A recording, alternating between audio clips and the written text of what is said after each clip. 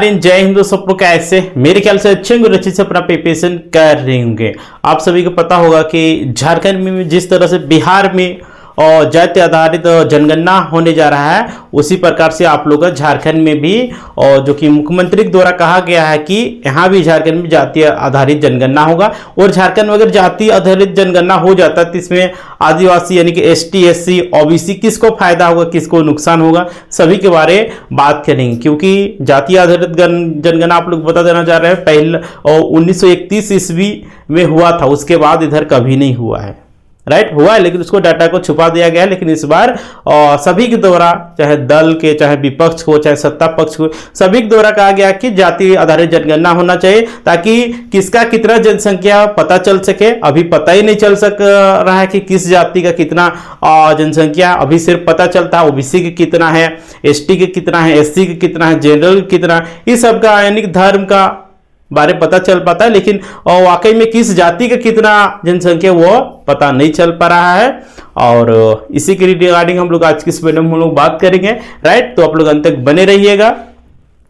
तो देखिए, सबसे पहले हम लोग बात करेंगे सब जानने से पहले कि इसके हम लोग इतिहास के बारे में जानेंगे। सबसे पहले हम लोग जानेंगे कि जाति आधारित जनगणना क्या होता है। तो देखिए, जाति आधारित जनगणना क्या होता है, तो देखिए आप लोग सरल शब्दों में समझिए कि देखिए भारत में हर 10 साल में एक बार जनगणना होता है। जैसे कि आप सभी को पता होगा कि भारत में 10 साल में एक बार जनगणना होता है। लेकिन आप लोग 2021 में और यहाँ पे जो भारत में जनगणना होना था, लेकिन कोरोना कोविड के कारण ये पे नहीं हुआ पाता, जो कि अब 2025 में होने का चांसेस है। और देखिए, इससे सरकार को विकास योजनाएं तैयार करने में मदद मिलती है। और जनगणना करने से क्या होता है, राइट, तो देखिए सरकार को क्या होता है, विकास की जो योजनाएं होती है वो तैयार करने में मदद मिलती है। किस तबके को कितनी हिस्सेदारी मिली, कौन सी हिस्सेदारी से वंचित रहा, है ना। और जाति आधारित से पता चलता है किस जाति को कौन सी योजना दिया जाना चाहिए या और कौन सा उसका हिस्सा है। राइट, क्योंकि हिस्सा बहुत ही जरूरी है।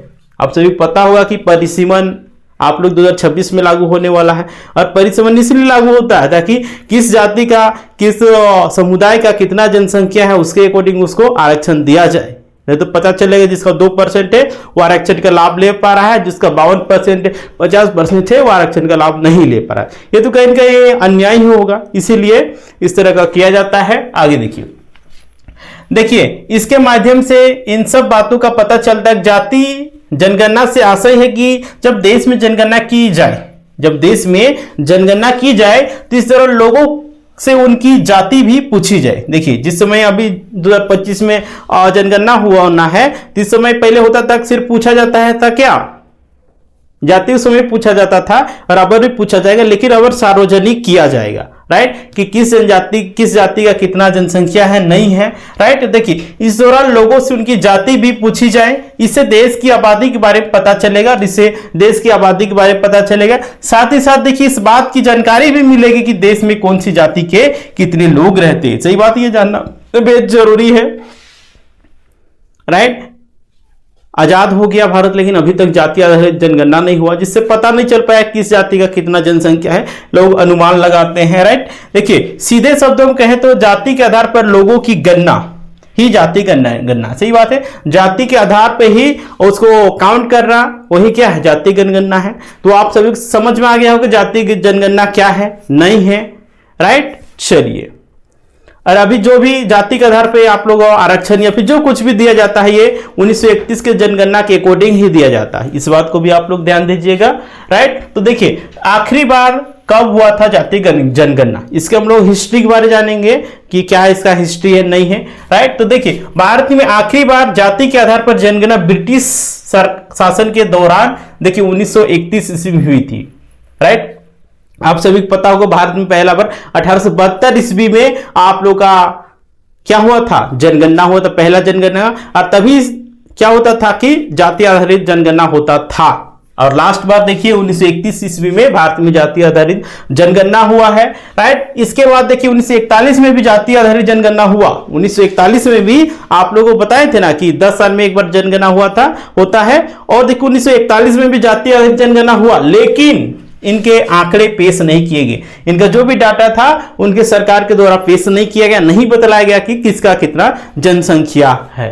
राइट, अगली जनगणना देखिए 1951 में हुई, लेकिन तब तक देश का आजाद हो चुका था। देखिए 1951 में फिर से जनगणना हुआ था। उस समय तो भारत आजाद हो गया था। 15 अगस्त 1947 को ही भारत आजाद हुआ था, राइट। और देखिए 1951 में हुआ, लेकिन तब तक भी क्या हुआ था कि भारत तो आजाद हो गया था।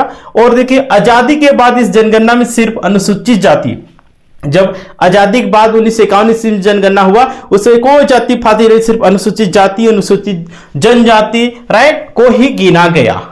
जाति पाति सबको हटा दिया गया, राइट। और देखिए मतलब देश की आजादी के बाद साल 1951 में अंग्रेजों की दी हुई जातीय जनगणना की नीति में बदलाव कर दिया गया। कुल मिलाकर समझिए कि जो अंग्रेजों के द्वारा दिया गया था जातीय जनगणना, उसको 1951 ईस्वी में भारत सरकार के द्वारा उसको बदला गया, राइट, उसको बदला गया।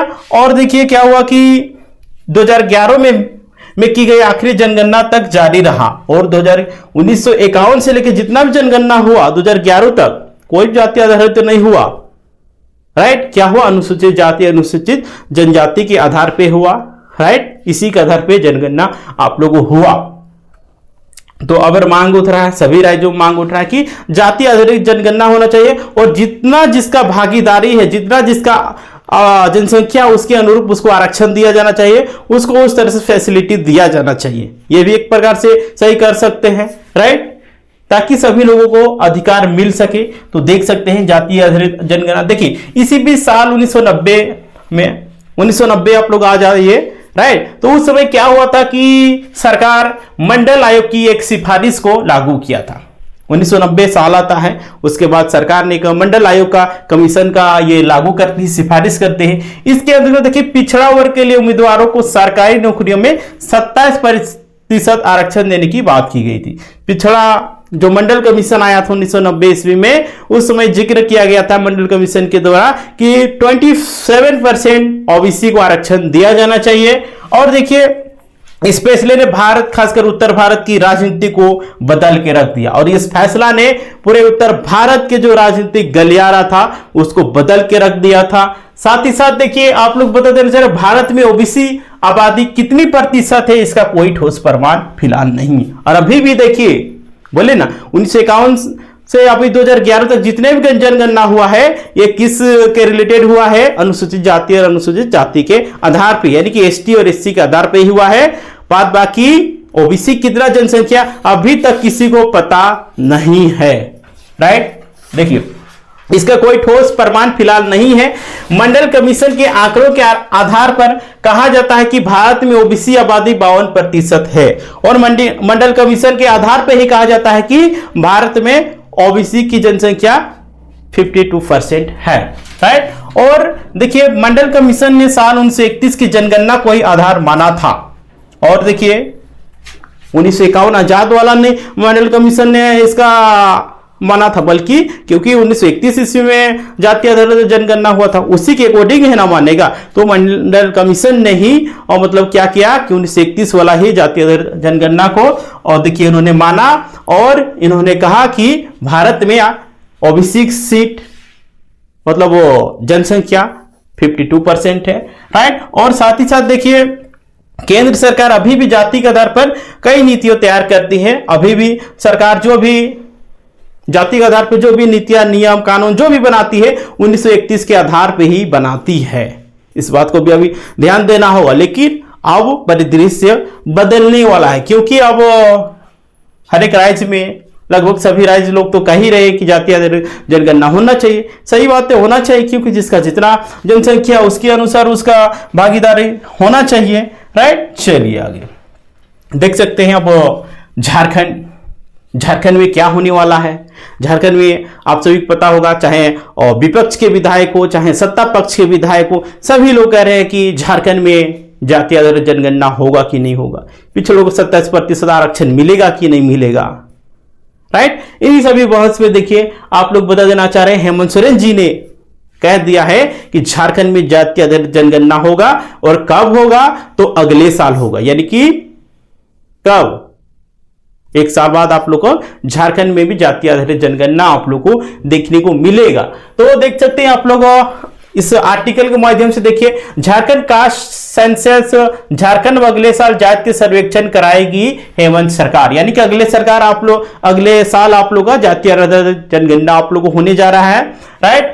देखिए, भारत में ऐसी पहले राजनीतिक वोट बैंक में तब्दील हो जाती है जातीय जनगणना पर गरमाई बहस। झारखंड में जातीय जनगणना कब, कांग्रेस से मिले प्रदीप यादव का सवाल। प्रदीप यादव जो कि सत्ता पक्ष के ही विधायक हैं, राइट, इनका कहना है कि और झारखंड में जातीय आधारित जनगणना कब होगा। तो आगे देखिए, और एक आप लोग अखबार है, क्या है कि झारखंड में कब होगा जातीय सर्वेक्षण, 1 साल से कहां अटका है मामला, सदन में सरकार का आया जवाब। सरकार सदन में बात को अपने रखा, राइट। और साथ साथ देखिए जागरण का न्यूज है, इसमें देखिए झारखंड में कब होगी जातीय जनगणना। देखिए सभी लोग कह रहे हैं झारखंड में कब होगा जाति आधारित जनगणना, राइट। तो अब हम लोग बात करेंगे झारखंड में किसे फायदा होगा, एसटी एससी को फायदा होगा कि ओबीसी को होगा, राइट। क्योंकि ये बहुत ही जरूरी जाति आधारित जनगणना, क्योंकि जिसका जितना जनसंख्या उसके अनुरूप उसको आरक्षित किया जाना चाहिए, राइट। और देखे होंगे झारखंड में एसटी एससी की बात करते हैं झारखंड में, तो 1951 ईस्वी में कितना था जनसंख्या, लगभग 45% का समथिंग था, लेकिन अभी कितना हो गया, 26% का समथिंग हो गया है, हुआ है कि नहीं। तो इसमें देखिए, इसमें निश्चित रूप से अगर जनगणना होता है जातीय आधारित, तो आप लोग बता देना चाह रहे एसटी एससी समुदाय का निश्चित रूप से आप लोग का नुकसान होने वाला है। और नुकसान कैसे होगा आप लोग इस बात को समझिए। ओबीसी वाले, अगर जातीय आधारित जनगणना होता है तो ओबीसी को झारखंड में 27% आरक्षण मिलेगा। कितना, 27%, यानी कि 27% झारखंड में क्या होगा, आरक्षण ओबीसी वालों को मिलेगा, जो कि मंडल कमीशन कहती है भारत में कितना 52% ओबीसी की जनसंख्या है। और झारखंड की हम लोग परिदृश्य की बात करते हैं, झारखंड में ओबीसी वालों को फायदा होने वाला है, बाद बाकी एसटी है एससी है वो सबको नुकसान होने। कैसे नुकसान होने वाला है समझिए।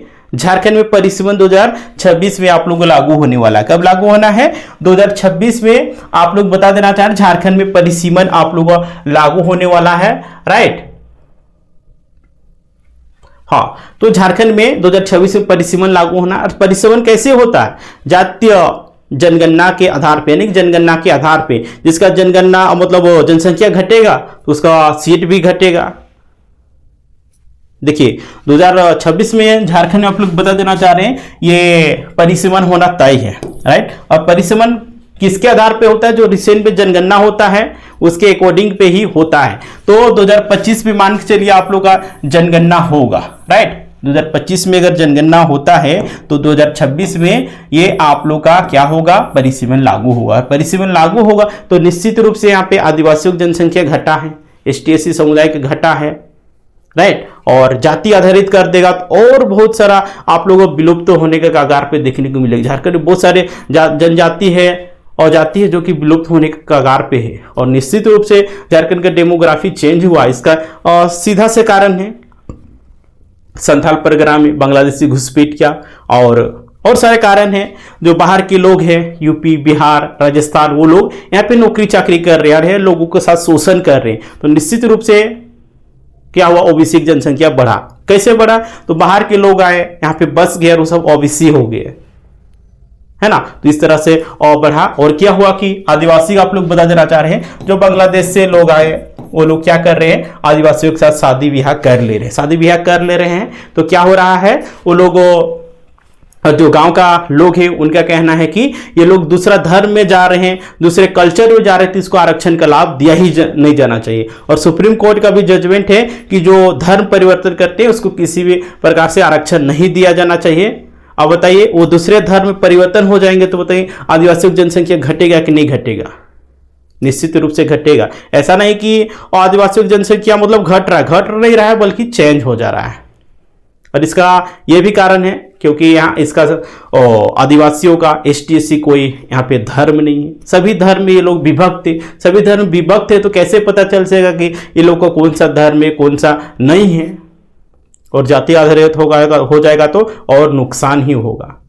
ओबीसी वालों के एकदम बल्ले बल्ले है, बात बाकी ST SC को निश्चित रूप से झारखंड में लोकसभा की बात करते हैं, चाहे हम लोग विधानसभा की बात करते हैं, परिसीमन होगा उस समय सीट इंक्रीज होगा, लेकिन ST हो गया, SC हो गया, ये लोग का जो सीट रहेगा डिक्रीज होगा, यानी कि घटेगा। अब बताइए राजनीतिक स्थिति वो लोग मतलब डाउन हो जाएगा तो बताइए और क्या सिचुएशन हो जाएगा, समझिए। और आप सभी को हम पहले भी बताए थे कि झारखंड में पेशा कानून को भी लागू करना जरूरी है। 1996 से पेशा कानून लागू हुआ था, लेकिन अभी तक झारखंड में लागू नहीं हो पाया है। इसका जिकता और क्या है, यहाँ पे जनसंख्या 50% से अधिक है ही नहीं। अगर 50% से अधिक जनसंख्या हो जाएगी तो पेशा कानून लागू हो जाएगा। पेशा कानून लागू हो जाएगा निश्चित रूप से आदिवासियों को फायदा होगा। इसीलिए आप लोग बता देना चाह रहे हैं उड़ीसा और झारखंड में पेशा कानून लागू नहीं है। तो समझिए कहां पे डैमेज आप लोग हो रहे हैं। इसीलिए बोलते हैं शिक्षित रहिए, जागरूक रहिए और अपने आप को जानिए, पढ़िए, लिखिए। देखिए आप सभी को देखिए झारखंड में सबसे शिक्षित जनजाति कौन सी है, उरांव जनजाति। देखिए वो लोग सभी स्तर से ऊंचे हो गए। कैसे हो गए? शिक्षा के बल पे। कहा जाता है नहीं, एक समय का खाना 3 समय में मत खाइए, मतलब एक समय का नहीं खाइए, लेकिन अपने बाल बच्चों को जरूर पढ़ाइए, राइट। एक समय का खाना नहीं खाइए, लेकिन अपने बाल बच्चों को जरूर पढ़ाइए ताकि अपने वो हक अधिकार के बारे में जान सके। आपका मान के चलिए ये अधिकार है ना, कि ये आपका क्षेत्र में आता है, कोयला आपके जो भी आपके क्षेत्र में कोयला रहेगा, बालू रहेगा, वो आपका अधिकार। वो आपको अधिकार अगर पता नहीं रहेगा तो कोई लूटेगा, बाहरी वाला लूटेगा, चाहे बांग्लादेशी, चाहे अफगानिस्तान, चाहे कहीं के भी लोग लूटेगा, तो क्या आप उसको तो ऐसे छोड़ेंगे, जाने दो मेरा क्या जात। वही आपको पता चल जाएगा मेरा अधिकार है, मेरा है, तो आप क्या कीजिए, उसका विरोध कीजिएगा। क्या आप लूटने दीजिएगा? नहीं लूटने दीजिएगा। इस बात को समझना होगा। तो उम्मीद करते हैं जो आज वीडियो बनाने का मोटो था कि झारखंड में आप सभी को जनगणना होने जा रहा है जाति आधारित, और इसमें आप लोग नुकसान पता है किसको होने वाला, नहीं होने आप लोग सारा बता दिए हैं। ओबीसी का फायदा होने वाला निश्चित रूप से, और जितना जनसंख्या है, जिसका ज़्यादा जनसंख्या उसको फायदा होगा, जिसका कम होगा उसका नहीं होगा, राइट। तो चलिए ठीक है, फिर हम लोग मिलते हैं।